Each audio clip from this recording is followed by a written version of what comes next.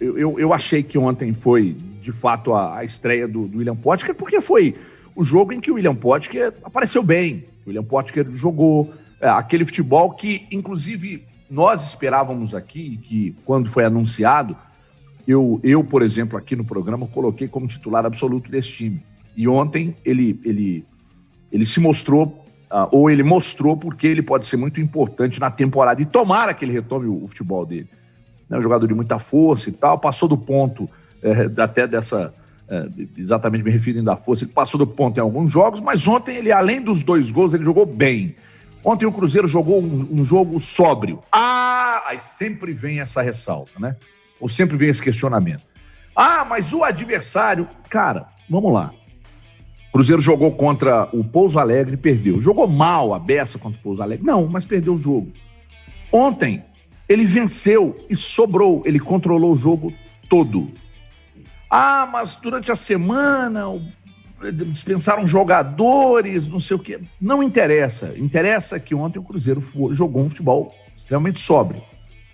Na sexta-feira, o Adroaldo até destacou aí no boletim, na sexta-feira, o Felipe Conceição nos concedeu uma entrevista aqui no Arena, foi uma baita de uma entrevista, eu lamentei, inclusive, por ter sido só de 45 minutos, mais ou menos, porque a gente tinha muitas outras coisas para discutir com o Felipe Conceição. E nós discutimos sobre a questão da organização. Eu perguntei para ele sobre, quando já poderíamos, já seria tempo para cobrar uma resposta, etc. O Gomídio e o Grice perguntaram também sobre aspectos táticos. Ele é muito sóbrio também, sem querer ser redundante no termo, mas já sendo, nas respostas. E num dado momento ele, inclusive, se emocionou. Quando ele disse do empenho dos jogadores, da entrega dos jogadores, da imersão dos jogadores no processo que ele executa. O Felipe Conceição disse isso e nesse momento ele teceu palavras de apoio, de elogio ao grupo de jogadores dele, principalmente na sessão de treino de sexta-feira. Ele disse que chegou a se emocionar porque ele via que mesmo com tantos problemas extracampo, os jogadores davam uma resposta muito positiva no treino, e principalmente no treino de sexta-feira. Coincidência ou não, no jogo de domingo, o Cruzeiro, para mim, fez talvez, não sei se o melhor jogo dele na temporada, mas se não foi está entre os 2, 3 no máximo, mas eu acho que foi o melhor jogo do Cruzeiro na temporada, onde o Cruzeiro controlou o jogo todo, e com boa vontade, nota-se o papel do treinador na organização desse time. Tem um quê de organização nesse time. Se vai passar pelo América, eu não sei, mas o que eu sei é que a gente, pelo menos imagino que a gente vai ter 2 bons jogos, porque são as 2 equipes mais organizadas da competição. Mas o Atlético sobrou em pontuação, tecnicamente superior, mas de organização, Cruzeiro e América hoje são os mais organizados. Lembro bem que no início do campeonato, nem entre os classificados eu coloquei o Cruzeiro. Nem entre os classificados. Mas eu lembro também que em 2019 eu coloquei o Cruzeiro ganhando tudo que fosse disputar, né? E deu no que deu. Então, eu coloquei o Cruzeiro, eu não coloquei o Cruzeiro nem entre os classificados. E o Cruzeiro hoje, ao lado do América, são os 2 times mais organizados da competição. Não sei se vão ganhar a competição. Já deram mostras dessa organização, principalmente nos últimos 3, 4 jogos. Ontem ambos golearam e serão confrontos interessantíssimos. Mas, reafirmo, você vê o Cruzeiro jogar, você nota muito claramente que há um papel de treinador, que há o dedo do treinador nessa organização. Desculpa me alongar muito, prometo que até às 10 eu não falo absolutamente mais nada, Lohana. Não, já deu bom dia. Tá perdoado. Tá tudo bem. Então, Everton, eu tô com você nessa. Eu creio que esse tenha sido o primeiro jogo do Cruzeiro na temporada que ele venceu com tranquilidade. A gente sabe que o Patrocinense dispensou jogadores durante a semana, né? Alguns jogadores já se desligando do clube ao término, né, dessa fase de classificação. O Patrocinense terminou na 10ª colocação. Então, a gente sabe das fragilidades do adversário, sim, mas vale a gente relembrar que o Cruzeiro, durante o campeonato, em outros momentos, pegou equipes também que tinham lá os seus grandes problemas e o Cruzeiro não conseguia apresentar um futebol com tranquilidade como ele conseguiu ontem. Em alguns jogos, o resultado até veio, mas veio com o Cruzeiro mais na base ali do abafa, mais na base mesmo do tentar de qualquer maneira, do que propriamente como a gente está conversando hoje sobre o fato de o Cruzeiro ter, sim, controlado essa partida. Falávamos sobre a vaga deixada pelo Sobis na semana passada, né? Como o Cruzeiro perde sem o Rafael Sobis, e aí ficou a grande dúvida, né? Quem seria o titular na vaga do Sobis? O Potker como opção, Marcelo Moreno, o Thiago correndo lá por trás, lá por fora mesmo. E falávamos aqui sobre essa oportunidade ao William Potker no 98 Sports. Deixa o jogo com 2 gols, uma assistência, que a gente também não pode esquecer, várias tentativas, se movimentando bastante. E é importante porque, na ausência do Sobis, ele entrou, mas ele também é um jogador que pode ser utilizado nas pontas. Inclusive, ele é um jogador que vem sendo utilizado nas pontas, né? Então, o Cruzeiro, com essa boa apresentação do Potker ontem, ganha mais opção também para outros setores por ali, Everton. E aí muita gente perguntando, o Cruzeiro está pronto para a disputa da Série B, ao término dessa fase classificatória do Campeonato Mineiro? Uma coisa que eu acho que a gente tem que deixar claro é que os adversários do Campeonato Mineiro, eles têm algumas características em comum, com exceção de um ou outro time. A maioria dos times do interior, eles têm muita dificuldade de marcação mesmo, de apertar, de morder. E na Série B, a gente vai ver que isso muda muito de figura, né? Que os times, eles têm mais essa característica, muitas vezes eles não vão ter a técnica, mas eles vão compensar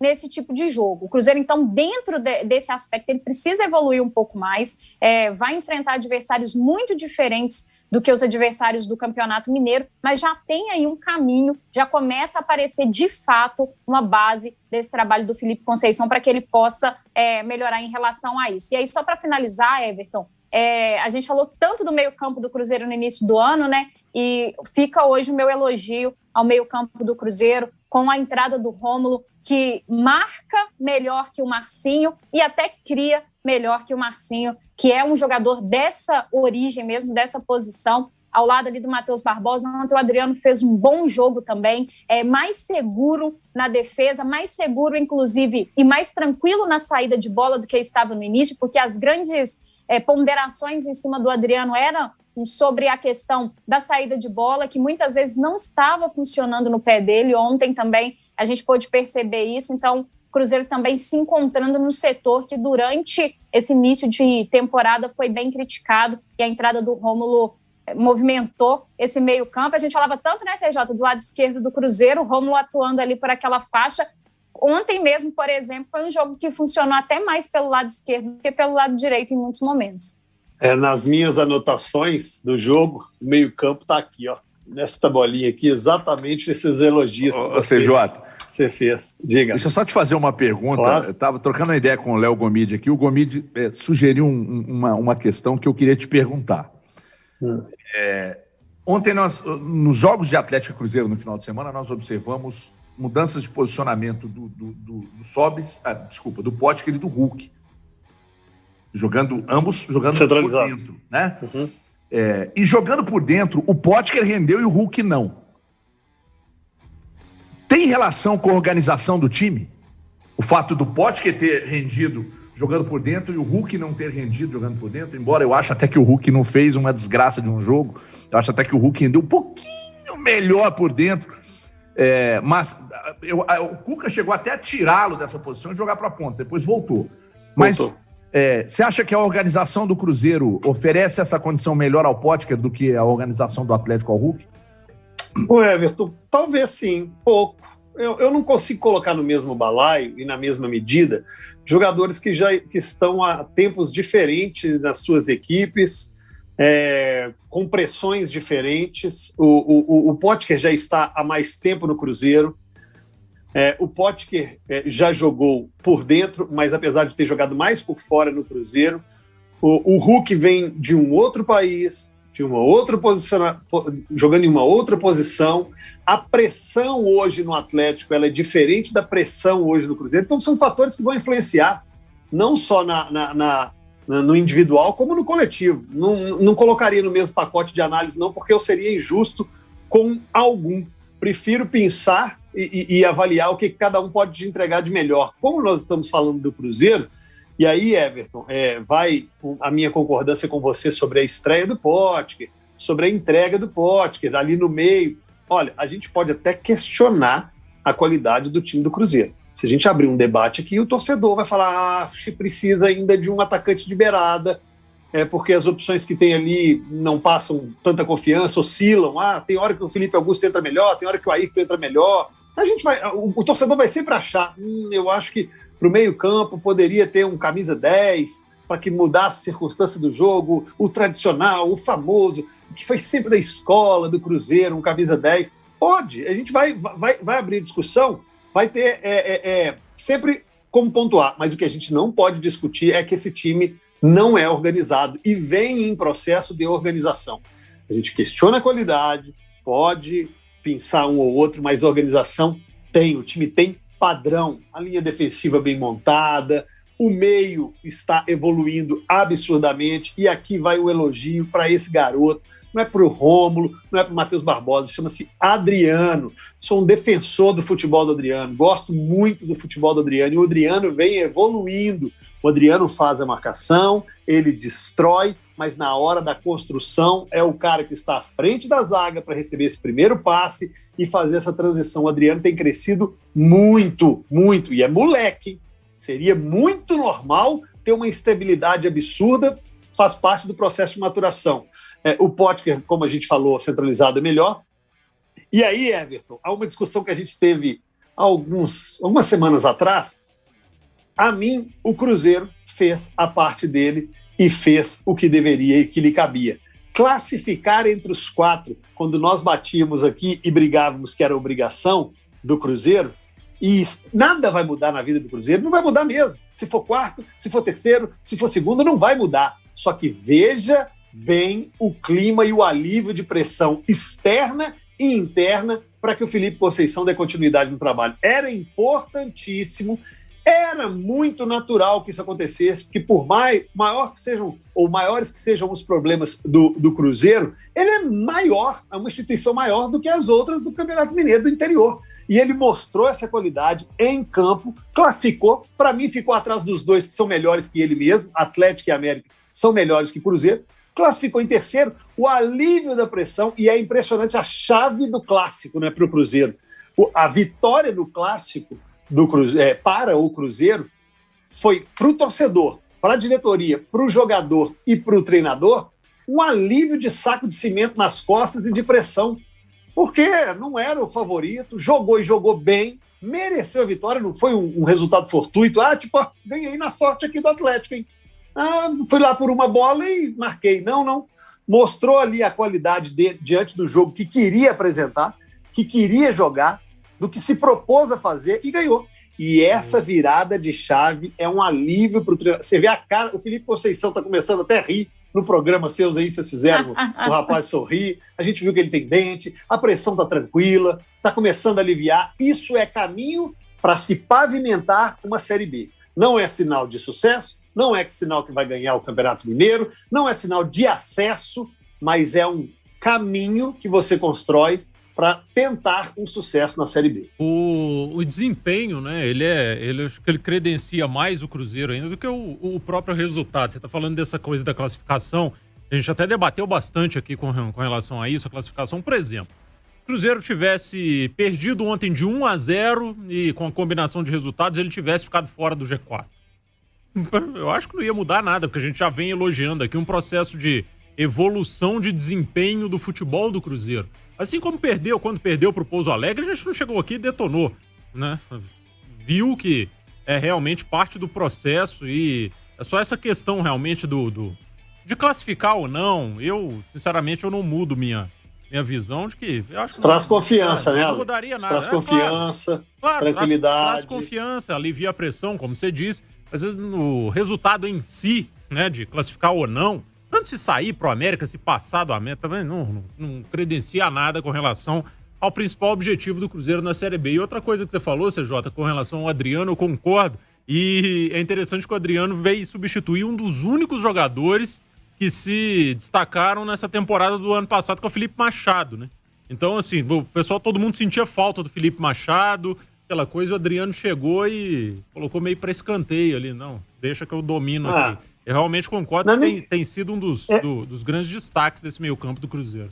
Eu nem acho assim, que Felipe Machado era um destaque, mas foi onde o setor que o Cruzeiro mais sofreu, não só em jogos, como sofreu também de desfalques, né? Ele perdeu o Jadson, ele perdeu o Henrique, brigas e confusões de idas e vindas de Ariel Cabral. O Felipe Machado, quando entrava, já jogou de meia, já jogou de volante. Enfim, o setor do meio-campo do Cruzeiro, ele era um setor meio que um buraco, era um abismo mesmo. Tanto que quando a bola vinha do Manuel, era o Manuel que fazia a construção das jogadas. Era o Manuel que começava em um passe longo, ou por alto, ou por baixo, tentando quebrar a linha, armar, porque o meio-campo do Cruzeiro sofria muito da criação e da marcação. O Adriano tá muito regular, estável. Pode ser que o Rômulo ajudou isso? A Lô trouxe aí a função do Rômulo, e eu concordo muito, porque nem Claudinho, nem Marcinho, ou outro jogador que por ali entrou, eles conseguiram dar esse lado esquerdo uma força maior. Ele consegue marcar, ele tem muita qualidade no passe, e é um jogador experiente, vai correndo ali no atalho do campo, vai na tranquilidade. Matheus Barbosa evoluiu, a sequência para o Matheus Barbosa foi muito boa. Esse trio de Adriano, mais pelo centro, pela direita, Matheus Barbosa, e pela esquerda, o Rômulo, está encaixado, está evoluindo, tá, gente? Não estamos falando que é Xavi, Iniesta, não tem nada disso aqui. Não tem nada de que o Cruzeiro é campeão de porcaria nenhuma, não. É evolução. E ontem o resultado escancara essa evolução. O gol no começo diz muito sobre o jogo, né? Um gol que você faz aos 2 minutos condiciona o jogo a ficar mais fácil, ainda mais uma equipe fragilizada, Lê. Agora joga sem pressão contra o América. Vou até pegar uma mensagem aqui do Cristiano Freitas. Ele fala, pra mim o Cruzeiro fez o papel no Mineiro, criou um padrão de jogo e agora é aperfeiçoar e corrigir erros. Claro que seria ótimo ganhar do América e ir pra final, mas não vejo o time com essa obrigação. Eu também não vejo não, viu, Cristiano? Essa coisa. É isso aí. Se classificou, quem é o favorito realmente é o América. Né? O América acho que tem um pouco mais de obrigação de ganhar do que o Cruzeiro, até porque o América, né, tá numa Série A, vai ter uma competição muito mais complicada aí pela frente. Então, acho que o Cruzeiro entra sem obrigação, entra mais solto aí nessa semifinal contra o América, o que vier é lucro, mas realmente eu acho que dá para encarar, viu? Que dá para, pelo que tá mostrando, né, pelo que tá construindo, dá para chegar lá e encarar. Se vai ganhar ou não, acho que não muda muita coisa no grande objetivo do Cruzeiro realmente pela frente aí, que é a Série B. Eu concordo com você. Bom, isto posto, meus queridos, são 8h44, 8h44. O que de fato fica para todos nós aqui, eu acho que com uma certeza, eu acho que dificilmente não teremos 2 bons jogos entre América e Cruzeiro, pelo que os dois vêm apresentando. O Cruzeiro nessa melhora nos últimos 3, 4 jogos e o América já com uma estabilidade de atuações já há algum tempo, né, com a base do time montada, os reforços que chegaram e tal. Tem tudo para termos, de fato, 2 ótimos jogos e tomara que exatamente assim aconteça. Pois não, CJ. Ano passado, num clássico Cruzeiro e América, você viu uma distância bem absurda, não via? Sim. Você vê essa distância, eu vejo distância, eu vejo o América como favorito, mas você vê essa distância absurda hoje? Não. Absurda não vejo. Eu não vejo, não. Não vejo.